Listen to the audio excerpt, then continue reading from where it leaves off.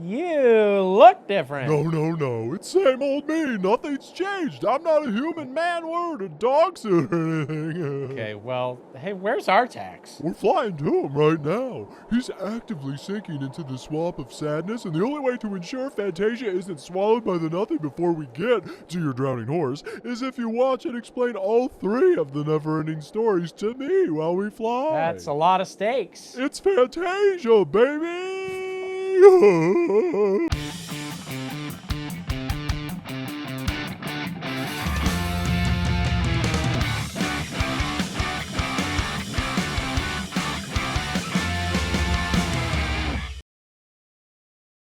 We don't even care. I think I accidentally clicked on Dave's secret sexy version of this movie because it's all in German. Oh no, this is the only version. Dave's version remains thankfully hidden for now.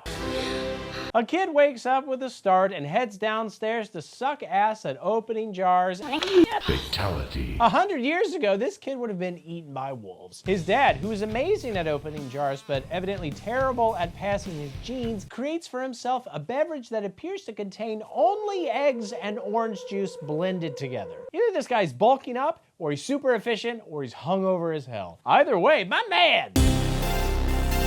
Daddy! This is all done in one take, by the way, so I'm like 90% sure they didn't even bring in a stunt drinker to choke down that sludge. Oh no! Though, with a mustache game that strong, you're pretty much expected to do all of your own stunts. I had another dream, Dad, about Mom. Daddy almost chokes on his special juice. Can't let Mom's death be an excuse for not getting the old job done, right? I'd say the same thing about your liquid death over here. That's not a drink for the not depressed, but sure. Turns out Sebastian without the "suh" here is using his dead mom for a litany of problematic choices. He's failing to turn in his math homework. He won't try out for the swim team. He's scared of horses. He draws horses. Unicorns. They're unicorns. What? That's worse, Bastion. Unicorns are notoriously terrible at math and are abysmal at the 100-meter backstroke. Your mom wouldn't want this for you, Bastion. She wouldn't want you to be a total loser, Bastion. Unicorns are for losers. Don't be a loser. For your dead mom, Bastion. She says that you are horses. Yeah. I think we've had a nice talk. But I'm sure it'll all get better now that Bastion and Daddy's mustache have had this very serious talk. Hey, it's the weirdo. Oh crap, I guess they found out about his unicorn drawings. Well kid, you knew the risks when you started corning. Get up! Yeah! A few bullies who probably aren't even scared of horses or the swim team huck Bastion in a trash can, and then Bastion gets out of the can and the bullies are like, hey, get back in the trash can, that's your home now. You belong in a garbage can. Because the 80s, they were wild, man. They just let children force children to live in trash cans, and nobody could lift a finger because children weren't considered human until 1997. Also, I just checked on Zillow, and that trash can currently goes for $1,500 a month without utilities. Anyway, Basura, I mean Bastion, manages to hide inside a store that sells a product that I'm like entirely unfamiliar with. Here we just sell small rectangular objects. They're called penises. Bastion's like, hey, screw you, you weird old man. I read like crazy. I'm addicted to read-a-hall. I'd kill you right now if it meant I got another hit of pure uncut reading. You have a serious reading problem. Those Playboys under my bed, they have tons of articles in them, I assume. I have 186 of them at home. And the old man's like, oh yeah? Well, if you love reading so much, why didn't you punch those bullies in the damn face? Why don't you give him a good punch in the... I'm an avid reader, so obviously this is the kind of advice I give. I'm very smart. If you like to read so much, why didn't you beat the shit out of them? I think you answered your own question. You could smash him with a big book. That's what I like about him. Bastion's like, I don't know, I guess I'm just a never-ending sissy. Hey, what you reading? This book is not for you. You don't want no part of this shit. Oh, apparently it's unsafe. No, Dave, not because it's dolphin porn dubbed into German, you freaking animal. You're like the only person who even watches that. What are the odds that that would be the thing that he's reading that's unsafe? Dolphin porn in paperback is much harder to find. It's not mass-produced for the average consumer. It's leather-bound for the connoisseur such as me. I read it in the original German. Trapped inside your submarine. while the giant squid is f***ing you. But that's what I like. But afterwards you get to be a little boy again. No, it's unsafe because you can't escape from it, which I know still sounds like dolphin porn to you. You really get sucked into those. I'm like, Dave, we gotta shoot. And you're like, I'm in das World of Fantasy in Blua. Weren't you afraid you couldn't escape? Anyway, I'm gonna go answer the phone and I'm gonna leave the book sitting here on the table. You'd better not steal it. Oh no. Oh, 9. Bastian, like any bookhead who's jonesing, steals the book, obviously. But unobviously, he leaves an IOU, but in German, which is Ich auch. I don't know German. I probably should have done some more German before I started trying to riff on it all the time. Is there like a lot more German jokes? Is this mostly German jokes? Yeah, there's a few. But my point is, he wrote an IOU note to this guy in German. This random, like, I'm a Chicago kid. It's just like a weird nod to the fact that everybody who made the movie is a pervert, because they're Germans. Yeah, obviously. I just mean, what else would they even be? Don't worry about it. And I guess in some sense, it does make sense that a Nazi kid would steal a book, because Nazis are terrible library patrons. They're so loud, they always burn the books they don't agree with. It's a whole thing. The Nazi trench coat looking over the pile of burning never-ending stories. Yeah. He's like, what is this dolphin porn doing in here? We take that out of the fire right now. What, are you crazy? The children must learn. That's what I'm talking about. Bastian sneaks into the best place to quietly read, the school attic. Math test. Oh no. Oof. Numbers are the opposite of letters, so math tests are the anti-getting to read an unsafe book. So he dusts off a mattress pad that definitely hasn't been used for the never-ending banging of every single cheerleader ever to attend this school, and he sits down to the serious work of reading this banned literature, which, as a reminder, he probably assumes it's porn. I mean, I would. You would. We all would. An old man in a weird bookstore says you can't read this book, it's unsafe. Literally, what could he even possibly be referring to? Like it's gonna teach you about socialism or something? Or it is like the anarchist cookbook and it tells you how to make bombs. But why is he reading it? You can't read this. Only I can make mail bombs. But that's what I like. Right to jail. Anyway, the book begins very similarly to the Bible. That is, with the Mad Hatter, a huge snail, a troll thing, and a big-ass bat, all just sort of hanging around. If I'm not mistaken, in the beginning, God created a snail and a bat and a Mad Hatter guy and a troll. And he was like, so I made 4 mistakes. Sweep that, start over. Light. Those were weird. Just gotta do another flood. I like the snail in theory. Make it smaller. Bat, too big too. I don't know why I keep going so big. I gotta make sure to correct that. Yes, you're right. Anyway, but then, oh my God, a huge stone giant pushing a steamroller thing rolls up. It turns out he's actually quite nice and only interested in eating A delicious looking limestone rock. which I'm assuming are like the Sour Patch Kids of rocks. Although I imagine this creates a lot of existential cannibal problems in his life. After all, he appears to be made of rock himself, and his vehicle also seems to be made out of rock. Now I'm just saying, if my body was constructed from nothing but delicious ice cream sandwiches, and my primary mode of transportation was a car-sized ice cream sandwich, it'd be extremely difficult to not absent-mindedly take a nibble on my fingers or my tires, respectively. He's a rock biter. No, I get that. I'm just doing it's a metaphor, but that's why this book is so dangerous. He's making all these leaps in his head. He's like, maybe I taste like the equivalent of rock to a rock biter. Bastian, stop eating yourself! He starts eating people in the school attic?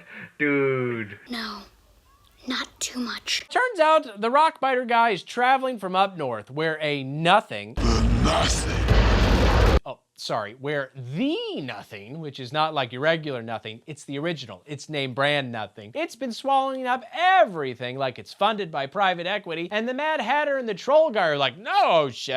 A nothing has been eating up the West and the South. Do you think it's eating all of Fantasia, the land where we live? We are the same. Nah, probably just a giant coincidence. There's nothing to worry about. But the rockbiter is like, well, either way, I'm headed to the ivory tower to ask the Empress what she thinks. And they're like, no shit again, so are we. Let's go right now. I don't know why we've been camping. So the Mad Hatter crawls aboard his snail mobile. Don't worry, it's a racing snail. Great.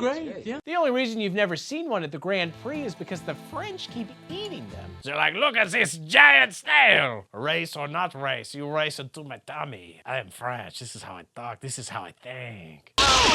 My back! I do like you're treating the French and the Germans with such mature sensitivity. Look, I'm not allowed to do any other accents anymore. I gotta really lean into the few I have left. This is all I'm allowed to do. At some point, I'm sure that'll be illegal too. But for now, you guys eat snails. Woo! The type of hot y'all keep coming back for. It's the only place you can get this. Nobody gives a about me and my stupid bat. The troll then also hops on his bat, which may or may not be a racing bat. Then the school janitor busts in, clearly hoping to catch one of the cheerleaders having their pom-poms out. But then he falls over and he says a swear word, which is why my daughter hasn't seen this movie yet. She can't know that there are nasty old men in the attic of schools. She would never go. The motley critter riding crew soon arrive at the ivory tower. I never knew it was that beautiful. And I've got to agree with these weirdos here. This movie, like George Clooney, does look pretty awesome most of the time, despite being old and weird. I don't know how this is becoming my thing, but practical stuff done with care just looks cooler than most of the crap we get nowadays. I'm just gonna keep saying it. Dave and I just watched Mortal Kombat 2. I was not in awe of anything. I did not titter with joy. Here, I was tittering. I'm just gonna keep saying it. No matter the situation, no matter the context. I'm contesting a parking ticket next week, and I plan to only talk about the beauty of German practical effects. Stay awake. I guess some of this has to do with the rise of generative AI. Like, even the most mediocre output is better by just having a human touch than something that's like that like came out of a computer. Anyway, they sneak inside to spy on a real Star Wars cantina-ass group of freaky deakies in there, looking for help and maybe also love. I know why you are all here. Freaky deakies need love too. A black fin-headed wizard man wanders out and is like, hey, bad news. The Empress herself has become deathly ill. I'm sick.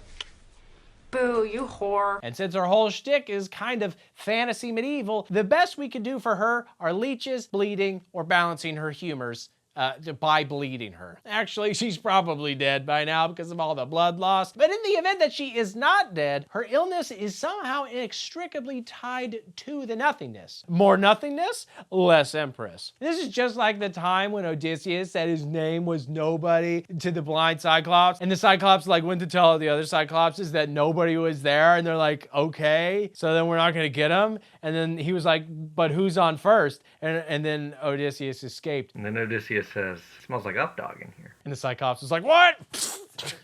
Just skewers himself. I mean, just imagine what a silly, fun conversation to be with the doctor of Fantasia, where they're like, what are you suffering from, Empress? And she's like, nothing. And he's like, then why are you here? And she's like, because I'm dying from nothing. He's like, what do you mean you're dying from nothing? And she's like, nothing is killing me. He's like, then why are you here? And it's just, it's so fun. It's so fun. It's very fun. And then she dies. So she cannot save us. Well, But hey, there's some good news in that I have sent for some random warrior dude who could probably fight the nothingness. Maybe, I don't know. His name is Atreyu. And if there's one thing I know about him, it's that he's definitely not Oh, little boy.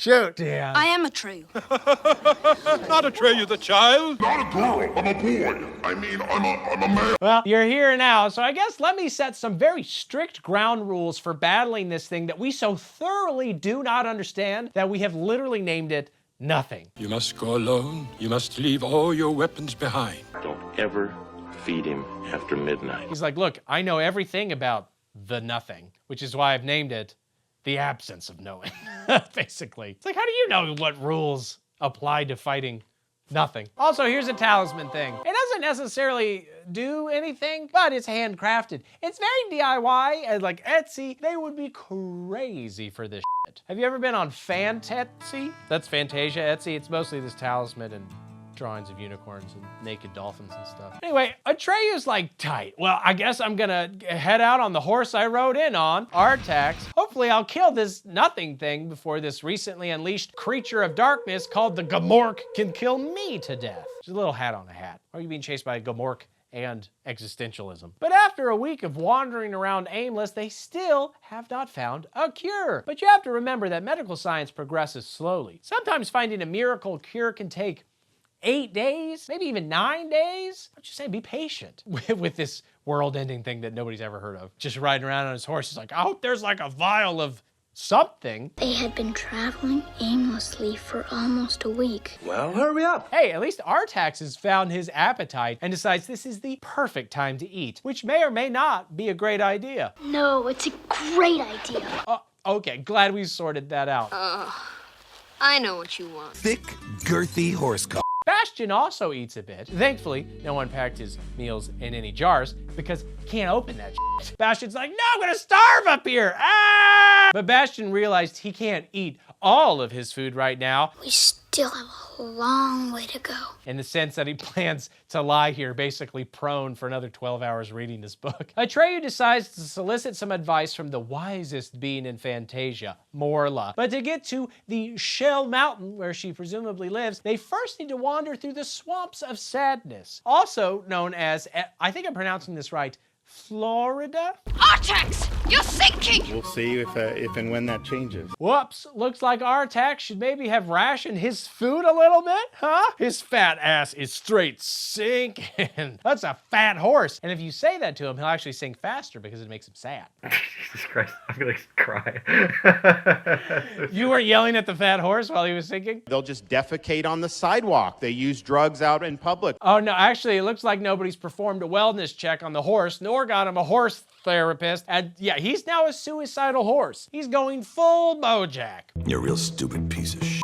Fight against the sadness! Hey, that reminds me of a fun true story. Time travel. I impregnated my wife for the first time back in 2018, but not for the last, let me tell you. And naturally, we did what all expectant parents do, and we gave up on our dreams of ever having a creative career, and we both quit the band that we started. And we also quit because I think we could tell that the baby was gonna be more into R&B, and we were doing more of a post-hardcore thing, and we didn't want our baby to think that we were lame. So now we do doo-wop stuff, and our babies think we're sick. But we still wanted to do 2 final farewell shows because, I don't know, playing music is fun, even if you don't make any money off of it. But unfortunately, during this weekend tour, my wife's horse just suddenly died. It just flopped over dead. It was like it drowned in a swamp, but it was like on dry land. And the vet came out, and after ruling out horsebicide, he decided it had intentionally eaten a bunch of leaves laced with cyanide, even though it knew that that would be bad for it because it was bored and or sad. My theory is that it recently saw Secretariat and realized it's too late for it to pursue acting as a career. So remember, kids, horse suicide isn't just a fun thing they made up for the movies. It's real. It happens in real life. Also, second lesson is, if you buy a cheap horse because you don't actually have very much money, but you're trying to make your wife happy, that horse might kill itself. Sort of like getting a used toaster off Craigslist. But the nice thing about Artax is that he just sinks his carcass into the mud to his death, whereas we had to rent a backhoe to dig a huge hole and roll the horse corpse into it. Why did the vet have to say that? Yeah. He's like, that detail. This is definitely your fault. Yeah, I know. He was sad. In his final moments, he was thinking about you and how much you ruined his life. I was gonna say, when life knocks you down, you get back up on the horse, but this is not that one. You have to jump down in the hole if you want to get on it. And it's not taking you anywhere, so. Wow, I didn't think anybody could make that scene more depressing. It just hit me harder this time, I guess. I mean, the first time I watched the movie, it looked like it was filmed entirely inside of a haunted aquarium. Yeah. 80s movies. Hey, but now I'm watching on Opera, who's sponsoring our quest, by the way. And honestly, it's become one of my favorite browsers for watching videos. It has this lucid mode thing where you click a button and everything gets way sharper, which sounds small, but like now I can actually see how miserable Artax is instead of just like emotionally assuming it. So it enhances suffering. Well, it enhances clarity, but considering most of the movies I watch for this channel, yeah, I guess clarity mostly equals suffering. Oh, good. Oh, and they've got this pop-out video thing that I've started using all the time because it's helpful to have the movie I'm writing about playing in the corner. And it helps that there's no ads interrupting anything. It makes the whole experience way smoother. You know, to keep me in the right headspace. Keeps you in the right headspace of suffering. Nice. Yeah. Exactly. And then the sidebar keeps all my messages in one place, so instead of opening 12 tabs and forgetting what I was doing, I could just stay focused on the one thing. Seems like every element of this thing makes your suffering even more intense, which makes your work better. Well, Opera's dark mode actually decreases suffering when, for example, I'm editing a Disney video at 2 a.m. trying to get rid of hundreds of copyright violations. It's actually dark, not that gray fake dark that most browsers do. You're preserving your eyes for more suffering. Yeah, exactly. Anyway, it just fits the way I already watch stuff. You know, while I'm multitasking, distracted, slowly losing control. So if that sounds like you, there's a link in the description in the pinned comment. I don't know what that means. I'm a dog dragon. All right. Yeah. Well, should we keep going? All right. Well, we got to keep heading towards the Shell Mountain. Okay, well, that's a shell hill at best. Maybe even a shell knoll. Oh, but actually, no, it's a shell. It's a shell. It's a shell of a shell, like of a turtle, like a big turtle, whose ninja level is unknown, though it's almost certainly not teen-aged. Pizza dude's got 30 seconds. This freaks Bastian out, and he audibly screams, and strangely, they hear it in the book. But that's impossible. Totally. The turtle as big as a hill explains to the little boy, who's apparently the greatest warrior of all time and still reeling from the death of his suicidally depressed horse, that they talk in the royal we because we haven't spoken to anyone else for thousands of years. Then Atreyu gets just blasted with turtle snot. A clear nod to the German viewers. Boobs and poop. So you know how in Marvel movies they always have Easter eggs for comic book fans? These movies just have lots of nods to German fans. Just like coating people in bodily fluids, and they're talking about dirty books and different audiences, but same spirit. Random question, but how do we know that this turtle is still wise? Like, they haven't needed to prove their wisdom in thousands of years. Archimedes was a genius, but if you brought him to modern times, his dumbass wouldn't even know how to microwave a Hot Pocket. What exactly do we think Thomas Aquinas would have to say about upping your riz on TikTok? Actually, we don't care. Oh, actually, that is fair. We're allergic to youth. Okay, bet. No cap. Anyway, the all-wise, no-friends turtle is like, hey, so actually, you should actually talk to the Southern Oracle because, and I cannot stress this enough, I don't care. And also, I don't have any real answers. Also, the Southern Oracle is literally 10,000 miles away. But that's so far. Yeah, like that's 10 times what Vanessa Carlton would be willing to walk. Do we think Atreyu is 10 times the man that Vanessa Carlton is? Forget it. Similarly, the real-life school is closed for the day, and Bastian considers going home instead of trespassing, but Atreyu wouldn't quit now. I mean, I guess. I'm continuing to see why bullies toss you in garbage cans. Atreyu does appear suicidally sad and about to be eaten by an evil wolf, but actually it's fine. He's scooped up by a dog dragon. I like children. Oh. Maybe not so lucky then? I'm a dragon. My name is Falkor. And he is, oh my God, so itchy. Could you get round and scratch behind my... But look me in the eyes while you do it. Then leave as soon as you're done. Money's on the dresser, Atreyu. Yeah. Oh, that's so good. The good news, though, is that in exchange for rubbing this lucky dragon in all his special places, You've already brought me the entire 10,000 miles? there's a weird, small, old couple near their landing site, and the woman apparently nursed Atreyu back to health, or maybe back to happiness, and the man, well, he likes science. They're like opposites. Science and medicine. Wait, that's pretty similar, actually. Huh. I am the expert on the Southern Oracle. Dave got excited for a second because he thought the man said Southern orifice, but he didn't. So now Dave's hungrily eyeing a nearby swamp. He's thinking about jumping in it. There's no fool like an old fool. Sorry. Anyway, the expert shows Atreyu the first of 2 gates that he'll need to pass through. For the first one, he'll need to get past 2 sphinxes with astonishingly huge knockers. I'm talking nipples out and everything. It is Very distracting for a children's movie. For any movie. If halfway through 50 Shades of Grey, they stumbled upon a sphinx with tits the size of a Buick lounging in the Red Room, I'd be like, okay, this is too much for me. Is this what you want? I mean, maybe. Again, I think this is just the movie's way of saying that Germans made it. Do you imagine being the guy who had to build a nipple the size of a tire? Oh, I imagine. You need more of that in your studio, I think. I don't know how Anna would feel about it. Babe, I installed 2 huge tits. They're made of stone. They will last the test of time. They shoot lasers. Ozymandias may have crumbled, but he didn't have tits like these. My empire crumbled, for I forgot to put mommy milkers on my statues. This is going too far. This is a serious channel. Again. This is an educational channel. We have made Odysseus jokes. We have made Archimedes jokes. We have made titty jokes. Archimedes once said, "Boobs and poop." Did he? Anyway, besides the nipples, the largest, most in-your-face issue with the Sphinxes is that they will shoot lasers out of their eyes and kill you if you are afraid or you lack confidence or something. Good thing the test isn't keeping eye contact though, because no way is anybody gonna succeed there. But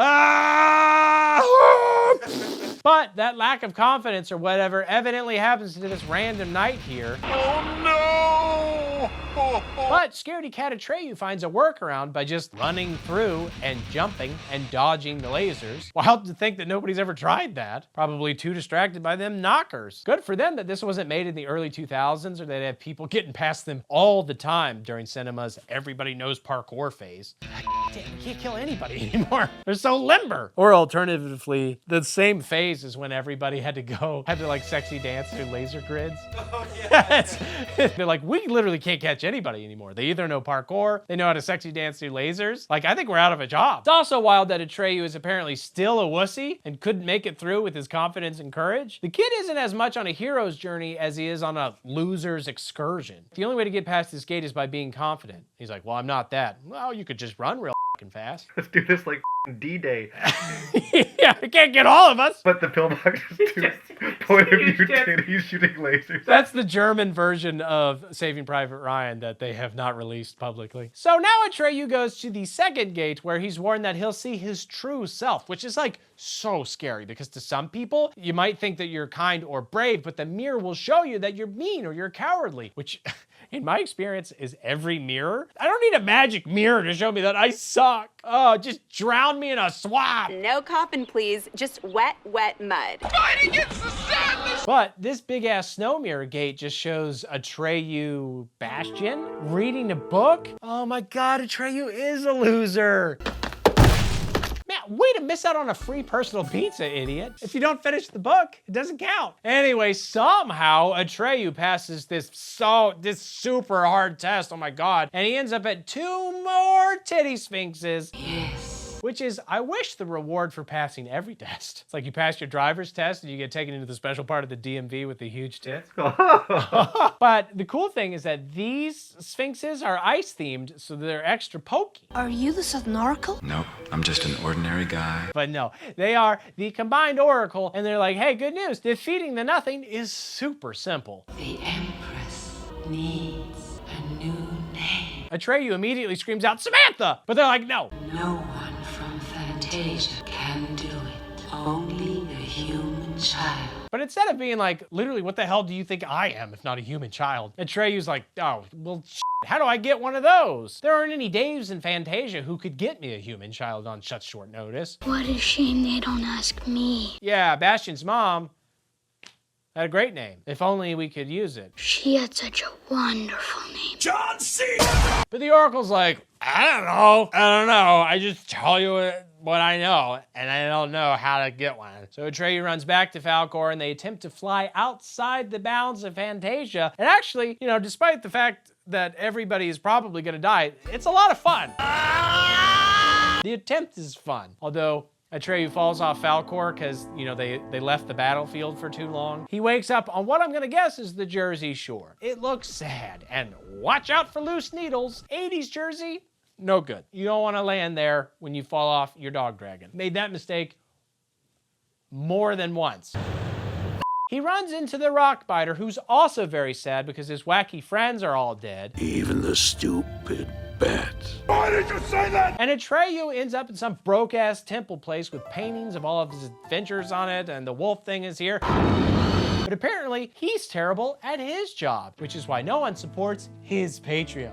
Leave me alone. He's like, I've been chasing Atreyu for forever. It's like some kind of tale that never comes to a conclusion with us. I really wish I could kill Atreyu, but alas, I feel kind of crappy now. Sucks I never learned what he looked like. You've never met an Atreyu, have you? I hear he's a good fighter and maybe a child? But then he goes on to explain the deal with Fantasia. Fantasia has no boundaries. You can put your fingers wherever you want. This is because Fantasia is in fact the world of human fantasy. Which does actually explain the boob sphinxes. Those are not naturally occurring. That old man reading the book. I dig that. Is this parallel thinking?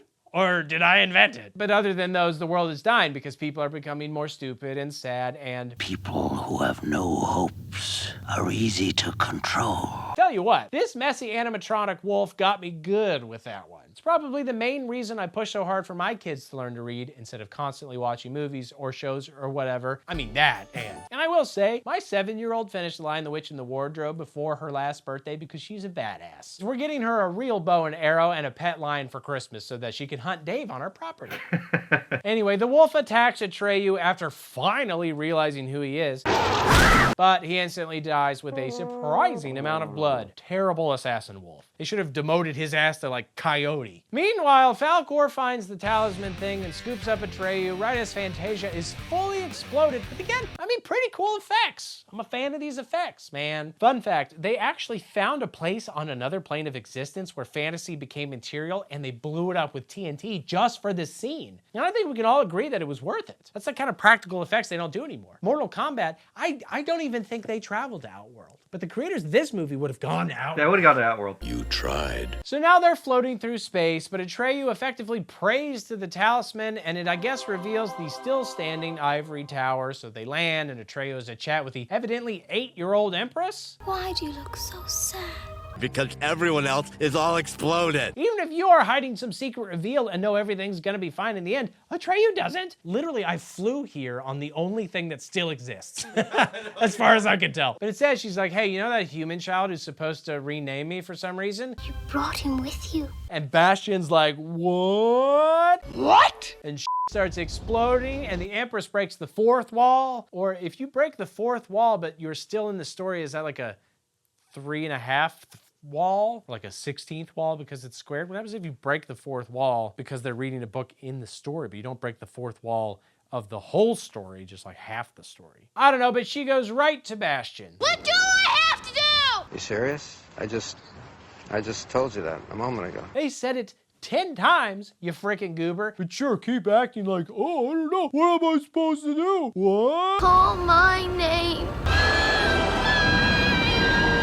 Finally he does, and it gets real dark. The Empress stands there with Bastion, and she's like, hey, you gotta build Fantasia by squeezing your mind grapes. Fantasia can arise in you. And again, I gotta admit, I'm pretty charmed by this weird-ass little movie. It's fun to see a weird-ass celebration of creativity like this, especially given the movie's direct implication that it is a way to counter things like authoritarianism and being thrown into garbage cans. The 2 worst things that could happen to a person. Also, I want to fly on a dog dragon, and also I want that dog dragon to scare my bullies so bad they jump in a trash can of their own accord. And that's right, Dave. Watch your back, or else a dog dragon might take a bite out of that sweet ass. And that's where the movie ends. But the story? Oh my, that's never ending, kids. But that's another story. Okay. All right. Okay. Have fun. Yeah! Magnificent. Scratch Are you time. serious? The nothing is upon us and my horse is drowning and depressed? Daddy needs his scratches or else he can't fly anymore. You're sure you're actually Falkor, right? Falkor? Oh, yeah, I mean, yeah, of course I am. Scratch up, you naughty bitch. Artax better be so thankful for this. Oh my God. Oh yeah. Oh. Give me 5. 5 what? So this is the next chapter of the movie series, but it's merely the second half of the book that was abruptly lopped off the first movie, much to the chagrin of its author, who hated everything about the first movie. Probably thought the Sphinx tits weren't juicy enough, to which Dave says, a pish posh. Dave may be closed-minded about certain things, but his mind is as open as they come when accepting Sphinx titties of all shapes and sizes and construction materials. Whoa, this movie is directed by George Miller? Do we think we're getting Babe Miller or Mad Max Miller? Do you think Basha will be hanged upside down as a living blood bag while learning how to herd sheep? Oh God, I think that. I think every movie is gonna be that at first, but it never is, which is why, actually, I'm gonna be honest, guys, I hate movies. The only movie I want is for a young boy to be hung upside down as a blood bag while he also learns how to herd sheep. And yet, has that happened even one time? No. And it's not gonna happen now because crap. It's man from Snowy River's George T. Miller, which is like a different guy entirely. I bet the T stands for tricked you. George tricked you, Miller. Siegfried dealt the king a mortal blow.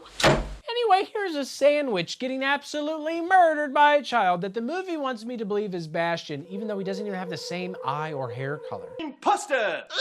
Between this and the George Miller thing, they should have called this the NeverEnding Lies. I get that the other kid aged out of the role and regardless was probably way too busy filming Cocoon the Return, which is also my go-to excuse for getting out of everything. I'm sorry, I was speeding, officer. I'm filming Cocoon the Return. And he's like, I don't believe you at all. I'm like, what? Damn. Sorry, I came home late tonight. I was filming Cocoon the Return at a bar by myself. Because I'm depressed like a horse. But I'm just surprised they couldn't find a kid that looked even remotely similar, or a kid that wasn't so damn manic upon realizing his dad was coming home. Oh, shit! Why is he freaking out? Is his dad dating the sandwich now that the mom is dead? Like, what's the issue here? He's like, Dad's coming home. Oh, God damn it. Throwing sandwich, spilling milk, cereal's flying, and you're like, it's like 3 p.m. Are you not allowed to be home? Are you not allowed to eat? Like, is Dad insane? Like, I'm gonna beat the out of any kids eating a sandwich I find in here. Bastion. I'm going to kill you. Maybe it's just general cowardice, because even though Bastion finally tries out for the swim team, which if I remember correctly was the biggest unresolved plot thread from the first movie, Bastion, he's still a wuss, and he won't even jump off the high dive. You know, the most important skill for a 12-year-old member of a swim team. What's the matter? I got a cramp. Who needs a swamp of sadness when you got a whole swimming pool full of it?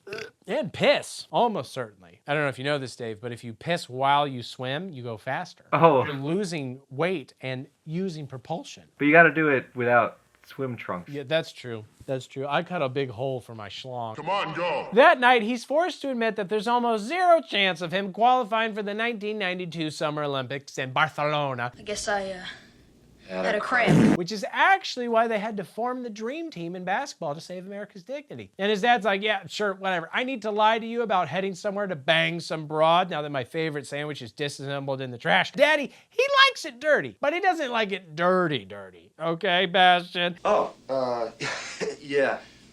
Anyway, I'm gonna be doing work. The station wagon gonna pick you up again? Why do you say that? Bastion and I both know that he means he's gonna be working that dig. Look at that old rag you're wearing. Don't change the subject, horny daddy. Mom made it. Oh, well then I guess that makes it the second worst thing she ever made. Huh, Bastion? I like it. Well, I don't. So the next day, sad, cowardly, sort of cuckolded Bastion heads back to his favorite bookstore from which he stole, but thankfully the man running it has terrible business sense. By next year, this whole building is gonna be a Radio Shack. Does this place look like a supermarket? I mean, maybe. And while there, he's further insulted by the mean old man who ostensibly has a kid here who could be a patron of his establishment for life if he wasn't such a constant asshole to him. I'll look in my section on courage. Does he think negging works as a sales technique? Because if it did, Arby's would be sponsoring the shit out of us right now.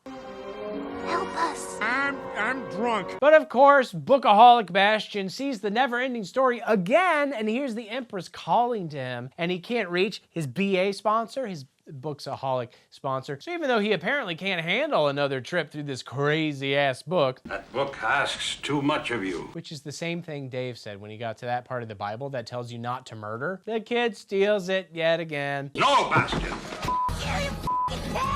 I think Mr. Coriander here needs to buy a gun. End this thieving once and for all. Never-Ending Story 3 opens with him being like, hey, Mr. Coriander, I was wondering...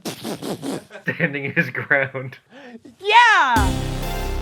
Then he could display Bastian's corpse in front of the shop as a warning to others. I mean, that's how Olive Garden stopped Dave from visiting. They killed some other Italian, but Dave was scared of it. Alternatively, Bastian should blackmail his dad with the sandwich sex thing, and then maybe he could just buy the stupid book. But for now, Bastian arrives at home, and what the shit is this effect? You could find any other way for him to peel the logo off the book without using the worst rotoscope effect of all time? I thought this was a movie series about creativity, you friggin' idiots. You don't remember, do you? And okay, yay, now Bastian is literally in Fantasia with no passport, no social security number. I mean, if Fantasia ICE finds him, he is freaking screwed. But at no point does the movie nor Bastian act like this is a big deal, but it really is. At no point did Bastian ever physically enter Fantasia in the last movie. Either Bastian has unlocked the key to the multiverse, or he's undergoing a psychotic breakdown. Regardless of which is true, you should probably take a scene to address that something not normal is happening. I mean, the Empress maybe came to him or took him to some sort of liminal space at some point, but Bastian was merely an observer, later tasked with being a creator. He was never supposed to be an active participant. Just feels like a huge shakeup that nobody really seems to care that much about. If I ended up in a book, I think I would still think it's odd, no matter how wild the last time I read a book was. You were saying? Oh, also, we've got a more clear-cut villain this time, instead of just dumpster bullies and failure wolves. And she's named, I don't know, Evil Queen Lady. And she's like, the Empress, who is trapped, will probably not even be saved by Bastian. An Earthling to save the childlike Empress. Didn't she get an actual name last movie? So we should stop using this creepy-ass moniker for her? You know, the Empress? No. The childlike one. The one who looks like a child. How's she doing? Did she ever talk about me? She still play RuneScape? Do you think I could talk to her on there? The things the kiddies upload on there, so delicious. Oh, yes! But to cover her bases, Evil Queen Lady's gonna send this freak-ass bird spy to screw with Bastian's brain because look, her three-faced scientist robot man created a machine whereby every time Bastian uses his Orin thing to make a wish, he loses a memory and it turns into an inside-out memory ball. And if he loses all of his memories, well then he'll forget how much he sucks and how to breathe and probably how to hold in his poop. They'll just die there confused, gasping for air with shit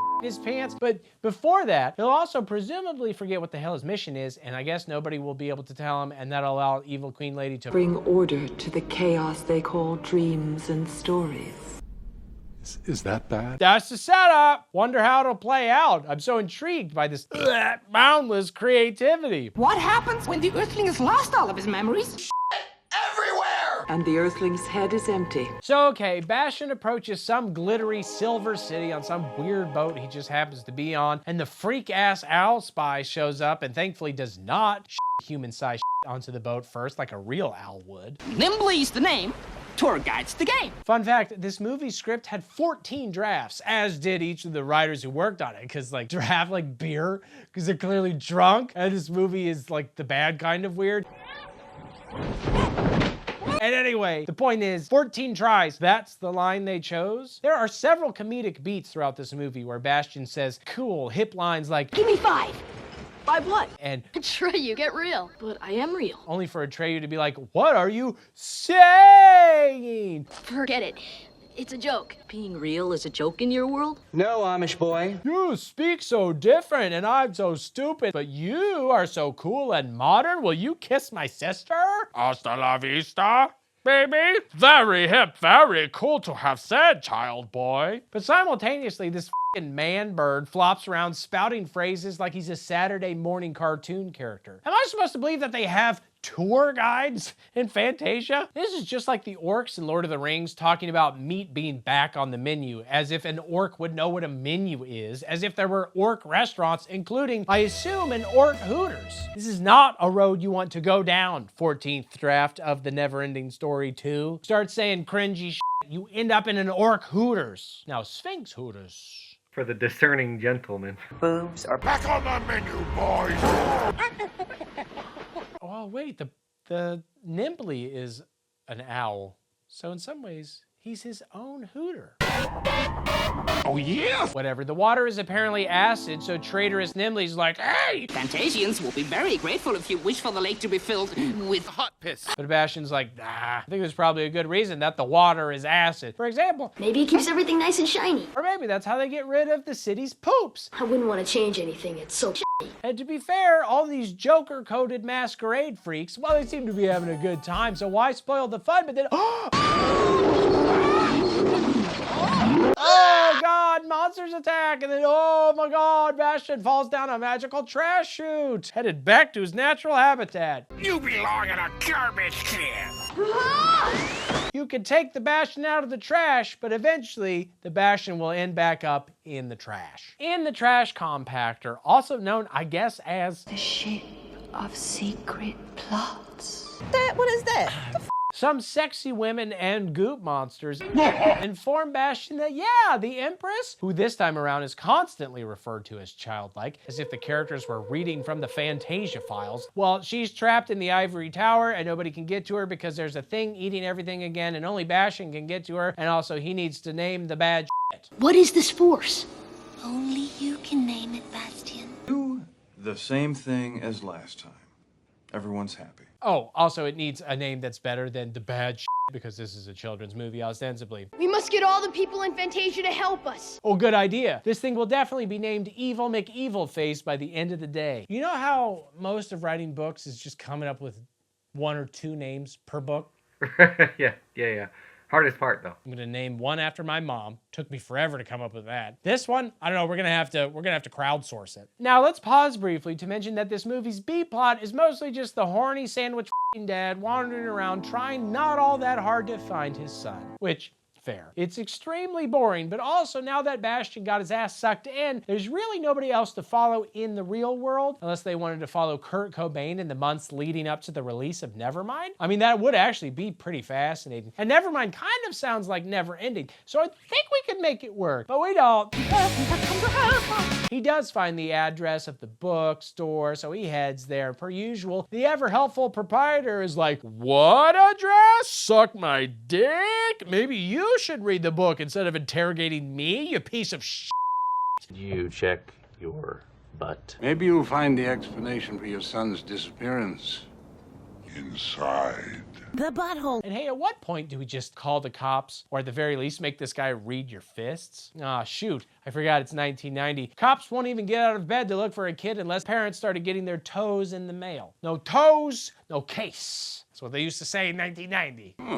It's an interesting concept. Eventually, Dad does manage to call the cops, but now the bookstore's empty, holy hell. So eventually, yeah, the dad does the only thing he can do, and he reads the book, which is way more meta than he was expecting. I'm in this book? Yes, and that's partially why the book sucks now. More like never-endingly boring story.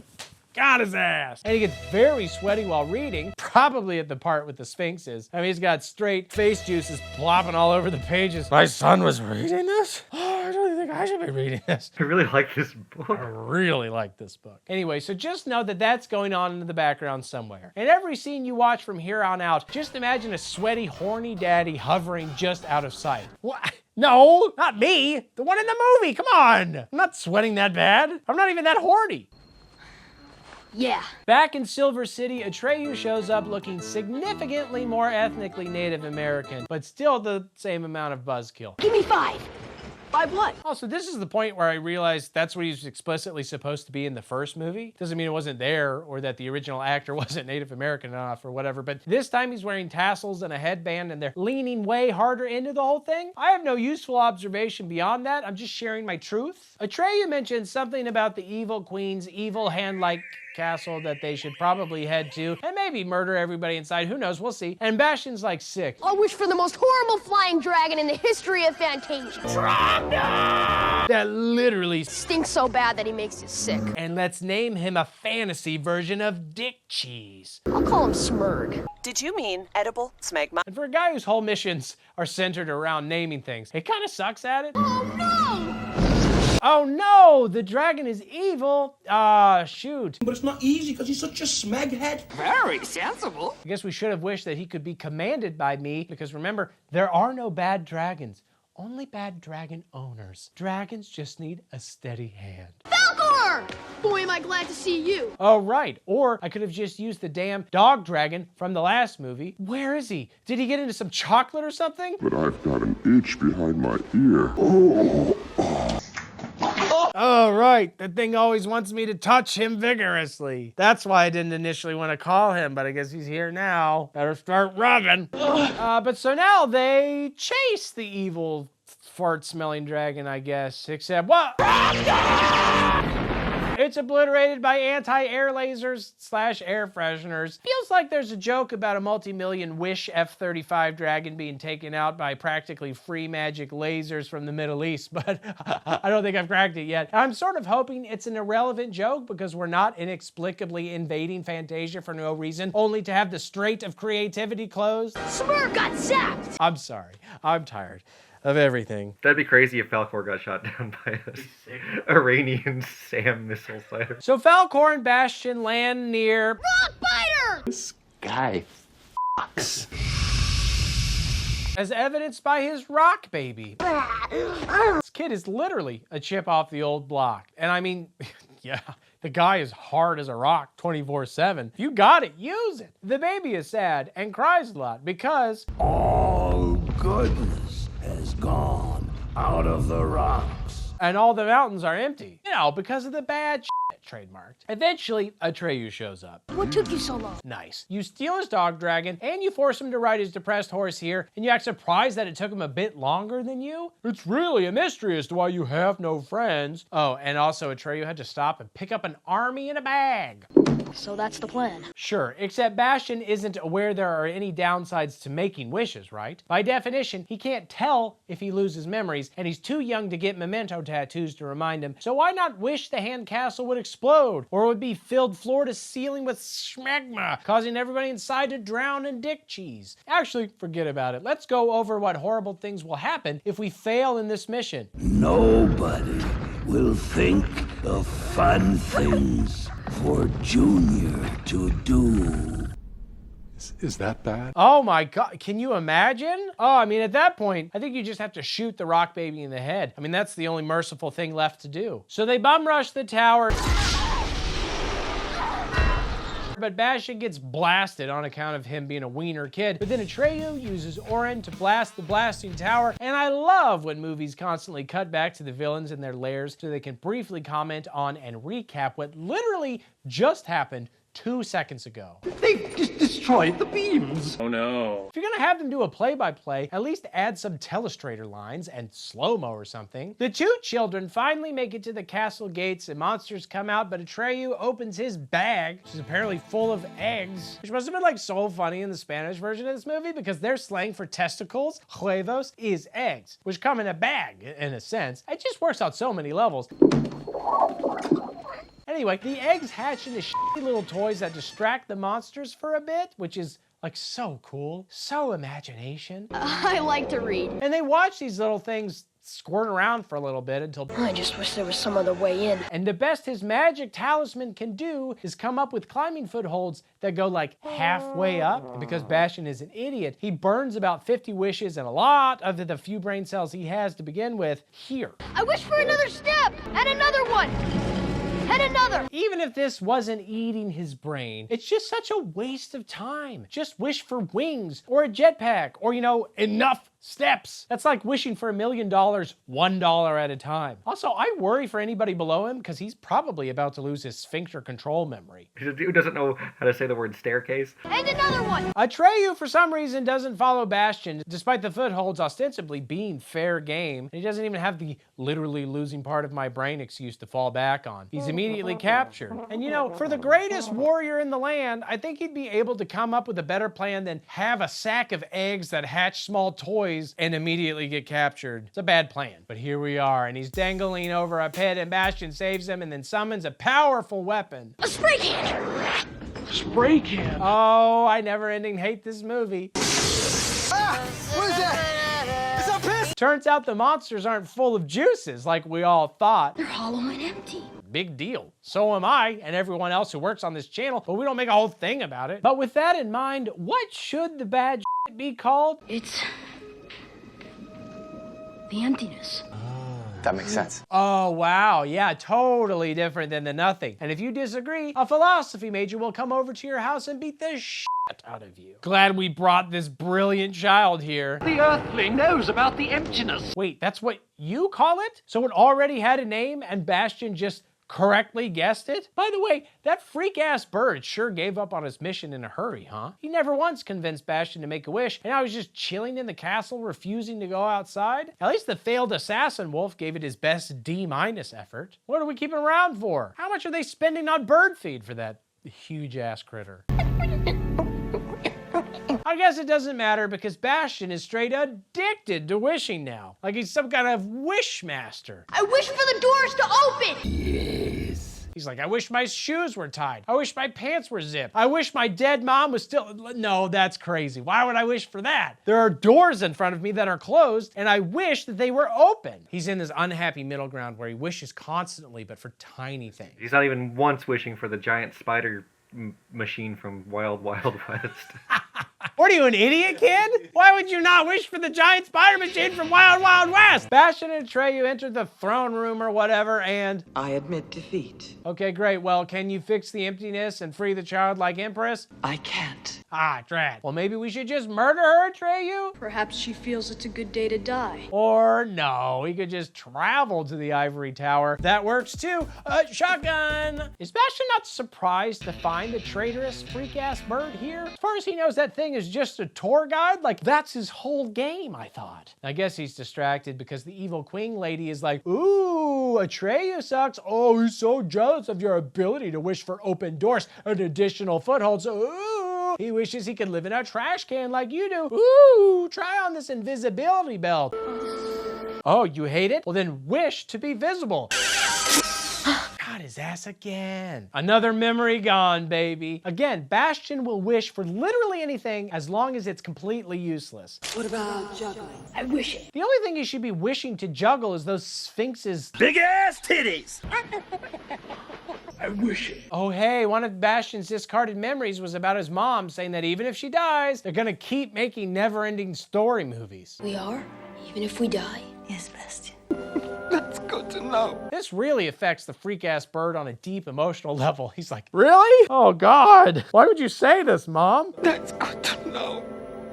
I guess Bastion also forgot that he hates the invisibility belt already because that night he dons it again and for just long enough to go spy on Atreyu and Falkor like a little pervert and hear them arguing about whether or not they should steal the Orin to protect Bastion from himself. And in his anger, Bastion gets a little racist. Why don't you just go back and play with your buffaloes? Would you ever say that to me? He read Blood Meridian instead.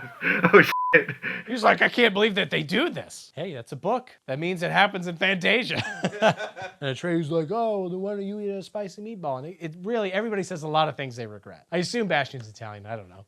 Oh, he's probably German. I guess he speaks fluent German. Eat some schnitzel, you schnitzel. Why don't you go back in good old Nazi Germany? And also Bastion gets a little murderous as they fight because Bastion literally kills Atreyu.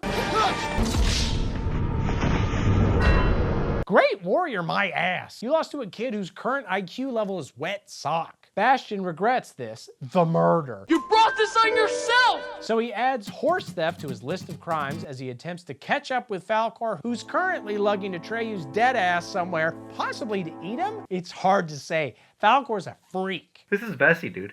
this is messy. And Falkor has all these boys hanging out with him. And the boys are dying? They're showing up dead? For the Showtime documentary about this whole situation. My son on a horse? Your son, the murderer on a horse, dude? You're missing the bigger issue here. He can't ride a horse. I'm sure he also doesn't know how to kill a child, and yet he's done that too. I feel like you're missing the bigger thing that just happened. I mean, knowing how to ride a horse is cool, but you know what's even cooler? Not murdering people. Focus, daddy. The evil queen somehow zaps Bastion in the head, so he falls in some water, and okay, that's our fear of high diving arc finished. It didn't make much of a splash, ironically. And anyway, it's fine. He survives without even using a wish, so she's like, all right, guess we should travel to the underworld because... Here they could travel with the speed of darkness, which was faster than the speed of light.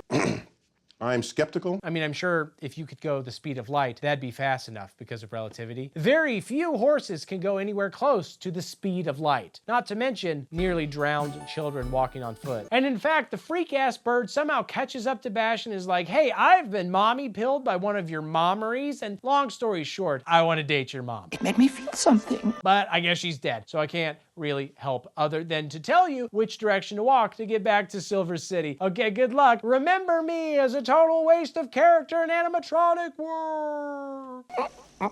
Bastion gets there pretty easily. Not as much as a hero's journey, as a hero's transition, as a hero's, page peel in Premiere. But Silver City's all smashed to shit, and Atreyu's still dead, and Falkor still has no purpose in this movie, and it's like, oh, damn, what do I do? What should I do? I have 2 wishes left, Falkor. One for his mom, and one for his dad, meaning he has definitely pooped his pants and is rapidly running out of air. But Bastion's like, well, bye, mommy. I wish for nothing more in the world than for you to live, Atreyu. Got better. Bastion made a wish, didn't he? And then when Evil Queen Lady and the monsters show up, I wish for you to have a heart. Naturally, this causes her to shed a single exquisite magical tear, and then she and the monsters, oh, they... You think she died of a broken heart? Apparently she had a massive cholesterol issue that went unnoticed because she had no heart previously that could be affected by her high cholesterol, but then she did, so she exploded. It's just basic health stuff. I'm a doctor, guys. Atorvastatin saves lives, Dave, even in Fantasia. Yeah, I know, there's no outrunning that.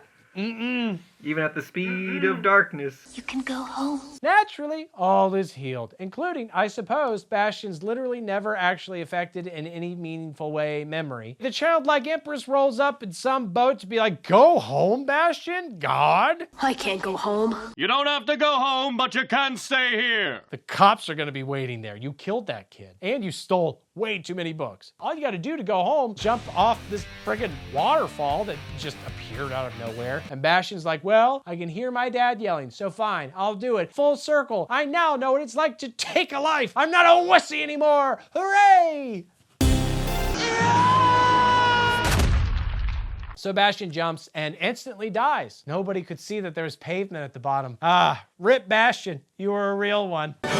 Just kidding. He arrives back in the real world and tells his dad he loves him and that he's forgiven him for lying about having sex with strange women and delicious sandwiches. Sorry. And it's so sweet. And the Orin goes back to the book and all is right in the world. Sorry. All is right in both worlds. Never-endingly. Falkor, look out! Huh? I mean, for what? Those! Oh, just grab my piece. It's tucked away somewhere special. You have a gun? Kill them now. Now put it back hard. Next time I'm gonna walk.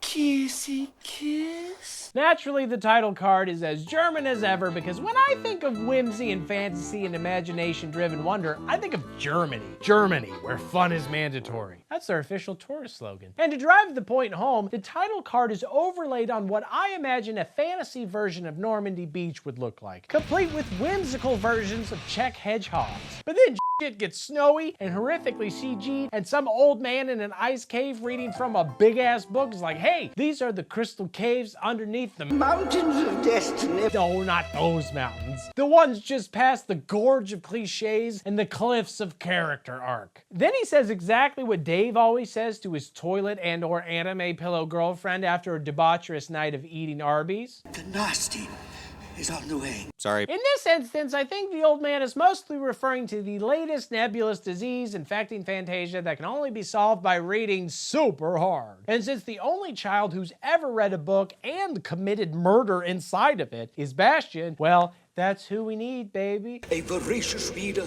of great moral flexibility. And hey, after the nothing and the emptiness, at least this one's a little more corporeal, because nasty, that's a tangible quality, especially when Dave asks you to put your hand in his pocket. If there was nothing in there or emptiness in there, it wouldn't squish so much. Unfortunately, Bastian's been entirely physically altered yet again, and sadly, this version isn't a grizzled old man being forced out of retirement to read one last book. No, this version has a real shit-ass haircut to better match his shit-ass personality, and he's being chased by a bunch of leather daddies. Oh, is there such a thing? Should we tell him or show him? He hides in a library, which is like Dave hiding out in a Japanese porn shop. It's literally his favorite place, and everybody knows it. And what do you know? Mr. Coriander. Hands up, this is a robbery. Sorry, force of habit. Don't you remember me? I robbed you. Because that's right, everybody's favorite old book-obsessed asshole inexplicably runs the school library now. Also, what's up with his name being Mr. Coriander? This is America. You're Mr. Cilantro here, buddy. By the way, this is an unfamiliar library to Bastian because he recently transferred schools because some lucky divorcee named Jane was finally able to lock down his horny sandwich-craving daddy. And because she had the bigger house, they had to move there. That's how things work when divorced or widowed people get married. The biggest thing wins. You move into the bigger house, you drive the bigger car, you keep the bigger kid, etc. We're doing this by weight. We're doing this by mass. Daddy, I can eat more. Nah. Oh my God, hey, the school library also has a copy of the NeverEnding Story? I remember this from your store. Oh, do you remember it? The book you stole multiple times and were sucked into? The one that allowed you to ride a dog dragon in the real world? You killed a child in there? That book? You have an incredible memory, my boy. Oh yeah, yeah. As always, Mr. Cilantro is like, you can't have that book or I swear to God I will beat you to death with my bare knuckles. Anyway, I'm gonna leave the room. If you take it, I will find a way to bring your mom back to life so I can kill her again. Anyway, bye. Make good choices. I love you. Off to get more inventory from the car. Bastian, of course, reads the book in the library, which is allowed instead of stealing like he normally does. And we learn he's upset about the move because he doesn't have any friends here. But isn't that just like a lateral move? He didn't have friends at his old school, and he now has a stepsister. They're not my family. So, we can do whatever we want. Oh, I think Dave downloaded the porn version again. You gotta meet him halfway. No, I don't. We're treading on thin community guidelines ice as it is. I guess we're safe for now because Nicole doesn't see the point in seducing Bastian because You'll only get divorced again. on one hand, that just sounds like something an insecure and sad child would say, but on the other hand, She loves sewing so much. that's probably why she got divorced. Sewing is the third most common reason for divorce in America, especially among women who sew quilts to commemorate their extramarital affairs. Bye-bye, wife. But also, Nicole's not into Bastian because he has crystals. Crystals are so stupid. He's like, okay, well, they don't grant wishes or anything. The Orin does that. And this is what I meant about it not mattering whether Bastian moves or not. Crystals aren't supposed to grant wishes. Only the Orin can do that. Great. Yeah. What do you think my crystals grant wishes? No, only the talisman can grant wishes. But I don't always do it because sometimes it eats up my memory. By the way, don't trust any owls the size of a man. Why does nobody at my new school like me either? Something happened. The next day, Bastian goops the ever-loving shit out of his hair and is immediately chased by the leather daddies who are colloquially known as the Nasties. Nasties? And one of them is Jack Black in the role of a lifetime as a bad bully instead of a bad bandmate. Can you guys show me where the men's room is? Should we tell him or... Then you over there and get a brown towel. They lock Bastian in the boiler room, which is a big upgrade from trash cans. 100 times the space. Most kids never experience that kind of real estate mobility. These bullies, they're kind of good kids, really, when you think about it. But Bastian's eventually released by the janitor who doesn't know Bastian well enough to see that the bullies had a point, and he promises to get the Nasties expelled. You kidnapped me, and lock me in there To die! Okay, simmer down, Edmond Dantes. You didn't even miss lunch. Oh, wait, this is the opening scene? Everything up to now is a flashback? Wow, art in media res, absolute kino. Anyway, Bastian's back in the library, or still in the library, I guess, and he makes the same wish that Dave made when the doctor told him that he had advanced syphilis. It's my story, and I say I return to Fantasia to escape the nasty. It did not work. It does for Bastian, though, and he smash lands into the little gnome couple's house from the first movie, who I guess moved? Oh, get the fuck out of here! Man, real world and fictional world realtors are making bank in this movie. They live in a forest now, along with a litany of wacky-ass critters where local draconian laws on polygamy apparently don't apply. I finally get this. Meanwhile, in the real world, the nasties tear apart the library looking for Bastian, but they only find the book, which they read and immediately clock as magic. Maybe we could make a few things happen to him. Then they say what Dave says every time someone tries to get him to read any book. It ain't possible! Within 2 paragraphs, Jack Black learns to harness the power of the book it took Bastian's worthless ass 2 movies to learn, and he uses this power to because Jack Black's character is a prodigy. He's bullying on a 12th grade level, and he's understanding magic books on a collegiate level. He might be a savant. You know how sometimes you read a book and you're convinced that it's magic and you decide to destroy the world within? Let's get nasty! Right to jail. So the nasty isn't actually some sort of metaphor for the declining literacy rates among America's children. It's just Jack Black being a dick. Look, if a single kid who read a lot of books could stop Jack Black, I would have personally ended his career like 25 years ago. But I'm glad he did, because he's usually great. This movie, and also most of his recent movies, and also the way he did Kyle Gass, notwithstanding. Well... Anyway, the only way to stop Jack Black is to get the Orin from the childlike Empress in the Ivory Tower. The Empress has the Orin in the Ivory Tower. Onward to Silver City! What? Why? We literally just said we need to go to the Ivory Tower? I don't know. Oh, hey, look, it's Falkor! But, oh no, he has a very clear brain damage, possibly from having read this script. Bastian, is that you? And I tell you what, fantasy Alzheimer's is so sad to watch. But before Falkor accidentally does a 9/11 into the Ivory Tower, Oh no, I'm losing altitude! turns out the Empress and Will Ferrell's character from the hit film Mastermind are hiding in the mountains of Destiny or whatever with the old guy from the intro, because it's getting nasty everywhere. It's no time for cheap head jokes. I didn't mean they were getting nasty head. Good grief. But anyway, that's where they need to go. And to make sure we're getting our Jim Henson studio budgeted money's worth, for no reason at all, let's bring along this Groot guy and the 2 stupid gnomes. Oh, and poof. Oh, great Orin. They fast travel there instantly because the Empress wishes it with the Orin. If she'd had a crystal, it wouldn't have worked. But she had the Orin, so it totally did. This is still lore accurate. Unrelatedly, a child rock biter watches Fantasia MTV with very suggestive lyrics. I'm high like a mountain. But I guess that's just rock and roll. And his Watto-ass sounding dad leaves to go, I don't know, get some rocks to eat, or ride, or marry, or I think he does everything with and to rocks. Did someone see your rocks? The whole functions and hierarchy of rocks situation still hasn't been cleared up. Still turn my rock to lava. So the 2 head out, Me come too. but then their journey becomes an in-universe music video? Whatever comes our way. Oh my God, just kill me. Just let the nasty wash over me. Just let Jack Black just blast me. Ah! Stop! We must not give in to the nasty. Okay, so now Bastian will travel to the real world to get the book back and fix everything, even though, as the gnome literally points out, he's not exactly Arnold Schwarzenegger in the muscle department. how the hell do they know about Arnold Schwarzenegger in Fantasia? Did they watch Conan on their ass rock TVs? Skynet needs to send an Arnold Terminator back in time to stop this movie from being made, please God. So that means he read the book, I guess. Or wrote it. Or wrote it. He's like, you're not as strong as Arnold Schwarzenegger. Then Bastian was a girly man who was nowhere near as strong as Arnold Schwarzenegger was. Wow, this is really good, Arnold. We're gonna approve it because it looks like you might hit me, but I don't know if it'll do great. Why are you in this children's library?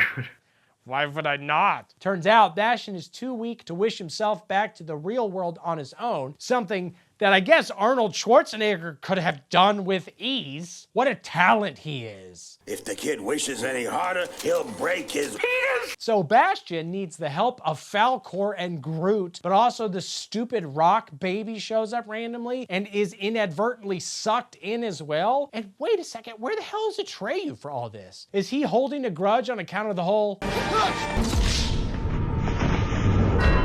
You like get over it at some point. 2 years, man. I guess that's fair. Oh, and then the gnomes are also sucked in. Looks like you and I are in a good old-fashioned suck-off.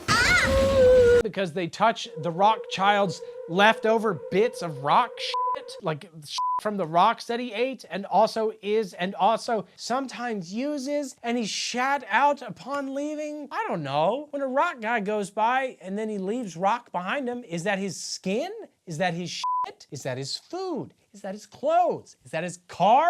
Your body's gone. But this whole thing is a problem because now Bastion needs to first retrieve the Fantasians and then the book and then wish everything back to normal. And obviously he could just instantly wish all the Fantasians and the book to him since there's no apparent limit on real world Orin wishes, as we'll later learn, but that would be too easy and it would be no fun. So let's see where all of our dumbass MacGuffins landed. Oh, pardon me, ma'am. Falkor's flying around somewhere, hitting on airplanes. Guess I was wrong. My man's gonna pull a 69-11. Pardon me, ma'am. Meanwhile, Groot's wandering through a forest, hitting on trees. Pardon me, ladies. Have any of you seen a... And Junior's climbing around somewhere, hitting on dead presidents. No, Nike. Wow. Bye, communist. Okay. Falkor saves Junior. Great. Oh, also, the gnomes are in Nome, Alaska. Oh, so good. So good. Long-lasting joke right there. Yes, and it's right in the middle of your butthole. Anyway, they literally FedEx their tiny annoying asses back to wherever Bastion lives because I guess they know his address. This is why you should never give your personal information to fantasy creatures. I learned that the hard way when the Tooth Fairy took out several shady loans in my name. Daddy learns Bastion had a hard day at school, so he sits down for a chat. So there's nothing you want. They tried. And by the standards of the 90s, he basically just won Father of the Year. He showed initiative, he made eye contact, he was not drunk, 10 stars. Everything sucks. Okay. Although, hey, remember how you both know everything about the magical book? Maybe you should mention how you're dealing with that again, Bastion. Your dad would theoretically understand. He was there. Making any friends? I'm fine, okay? Okay. Good time. Of course, the Nasties are reading all of this from their secret lair in the mall parking garage, which was like Mordor for 90s teen bullies. In the human world. And they decide to steal the Orin for themselves. And why do they hate this kid so much? I know why I hate him. I've been following his loser-ass story for 3 movies now, but what's their excuse? Permanent control over Balthazar's story. Why do they want to control his story instead of spending as much time as they can with the titty sphinxes? Bastion sees Falkor through his telescope, so they wander around a Chinese New Year celebration while Falkor attempts to go from a luck dragon to a dragon. There's some cute dragons here. And they don't tell you this, but increased sexuality is a sign of the mind deteriorating. Poor guy probably doesn't have long left. Ugh, you hate to see it. The Nasties almost catch them, but then they don't. Bye-bye. Wow. But on the way out, Falkor gets a little racist. So long, my little fortune cookie. We're so sorry. He hasn't been himself. He doesn't mean it. He doesn't know what he's saying. He doesn't even know where he is. I'm so sorry. We'll be putting him down soon. Anyway, the husk of Falkor flies around aimlessly looking for the others, armed with the knowledge that they're on Earth. Where's he even looking? They all just went to Earth. Is there any reason he would think to check Nome, Alaska? I don't know, but while he does that, Bastion cares for this stupid-ass rock baby who won't stop asking for kissy kiss. And trying to sleep with Bastion. And I just want to die. There's literally no satiating this thing's need for wet boy lips on his rock-hard body. Again? Yeah. Now, I didn't think it was possible, but this movie is worse than the worst Children of the Corn movies. And there are 11 of those to choose from. This got there in 3. Wallowing in sin. Loving it. Kiss, kiss. I hate this brand of sad, shitty 90s comedy. For example, why did they think that the height of hilarity was watching couples fight? We keep cutting to the gnomes fighting. Now why don't you shut it? And the rock couple going at it. After 2,000 years of marriage, they still taste like hockey pucks. Because it's like double marital strife, double fun, double fun. While Bastion is distracted by the rock baby lusting after his wet boy lips, Nicole steals the orange. Wish, wish. Yes, you stupid baby. And while Bastion gets squirted, I'm gonna come. by the now expelled nasties, who, by the way, are legal adults and trespassing on school grounds to beef with the literal child, Nicole talks some shit to her teacher. I wish you would just leave me alone. Instead of getting her ass expelled, the Orin grants her wish. I must leave you all now. And she's like, oh shit. Do you know what this means? I have the power to do anything. I could wield this gift to get my parents back together, or no, wait. I could go shopping. Tween girls shopping montage. Let's go to the mall, everybody! Dave, put the salad dressing away. God. What a dweeb! Yeah, I know, but he's all I can afford. Because Bastion no longer has the Orin, the nasties let him go, and he wanders back home where the damn rock baby won't shut up about being hungry. I'm hungry, Bastion! But like, you eat rocks, idiot. There are rocks everywhere. In buildings, on the ground, in people. Like kidney stones count, right? Just eat the rocks, you stupid baby. What are you asking for? Do you need them cooked? Do you boil the rocks? Oh, hey, Groot is magically delivered here too, because he also knew Bastion's address, and this movie is FedEx propaganda, I guess. Was there a scene I missed where they all sat down and said, if we get lost, here's my address? And they say, what the is an address? We're from Fantasia. We live in a tree. Gotta go to a FedEx. They got such great rates. The dragon is like, sure. I'm a little lost. I don't know, but now it's Halloween? Were we just at a Chinese New Year thing? Regardless, the gaggle of idiots head to the mall to do a bunch of stupid bullshit and hopefully grab the Orin and some Cinnabon. But whoops, one of the weirder little nasties steals it first, and they use it to unleash monsters on Fantasia. I really hope you enjoyed your little shopping spree. I mean, yes, it was a stupid use of the wish, but it's not like she knew it had implications for a fantasy land somewhere. This is either extremely clever satire about America's consumers culture creating strife and poverty abroad where we don't see it, so we don't care about it, or it's just stupid writing. Impossible to tell. And honestly, I think we just let Jack Black cook. I think we just let Fantasia go under. Ever since Bastion's been in charge, it sucks. The only time it was cool was before Bastion was allowed to do things to it. I think a little French Revolution type of situation. I think we cut Bastion's head off. And see what I think we chop his head off. I think we have Falkor eat him. Publicly. Publicly, slowly, from the feet up. Don't give it to the nasty! But actually, it also has implications for the real world, as everybody in the real world gets nasty, including their parents. Don't tell me what to do, Jane. Bastion tries to get the parents to stop being mean by making the same claim that Dave's doctor made, again, about his syphilis. The nasty is controlling. And it doesn't work, of course, just like it didn't with Dave. It never works for Dave. And Bastion somehow gets exploded, just like Dave's doctor. I thought you were electrocuted. Same difference, Nicole. The point is, he also has syphilis now, and it is looking dire. Oh wait, never mind. He's fine. Kissy kiss! But oh no, our cast of wacky characters has been grabbed. Bastion and Nicole show up, and people are throwing the Orin around like it's a game of monkey in the middle. So fun, so 90s. But eventually, Bastion gets it and uses it to tear Jack Black's taint apart with the power of imagination. Big man, Balthazar. Oh no. Apparently, adult Jack Black challenges him to put it down so they can fight like men. And child Bastion inexplicably does because he's stupid and again a child. But thankfully, Nicole picks up the book and uploads karate lessons to Bastion's brain like he's the one, and then he beats everybody up. Yeah. But it all seems too late because Daddy and Jane are getting divorced. After only 1 week of marriage. As are the abusive rock parents. No, Dada! No, leave Mama!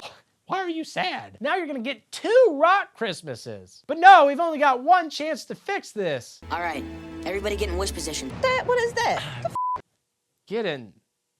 What? Nobody has ever said that to me, and I've been happy about what happened next. It worked. Oh, okay, good, I guess. Jesus Christ, Junior, you gotta get somebody arrested. Except, oh no, Jane and Daddy still hate each other. Oh, never mind, the kids each hug the opposite parent, and so their marriage is healed. So remember, kids, if your parents get divorced, it really is your fault for not reading a magic book and wishing upon a magic necklace and hugging the parent you're least connected to. So everything's better now, and the nasties are back at school, but now they're the niceys. Bastian and Nicole, hi! If they made more sequels, the next threats to Fantasia would have to be like the lethal, the big stab, dynamite. Look out, Falkor, it's a big old stick of dynamite just floating around. We gotta name its sister or something. It's the only way to defeat it, I think. You gotta read a whole John Grisham. It's the only way. How'd you like the ending? Oh, I hated it. Thanks for asking. Cilantro takes the book back, but at this point, it's literally just about Bastian's life. I feel like he should just own it now. Freeze frame high five. Yeah! Can I get in on this? And finally, we get credits. This is my favorite part of the story. Me too. Dragon suffering from advanced dementia that I'm pretty sure isn't even the real Falkor. Why don't you just look at the bunnies down there? Think about something happy. I hate reading! Well, sometimes after I read Harry Potter, I just go down to the playground and start wailing on kids. No, Mr. Jordan read another chapter. Wingardium Leviosa! Right to the dick.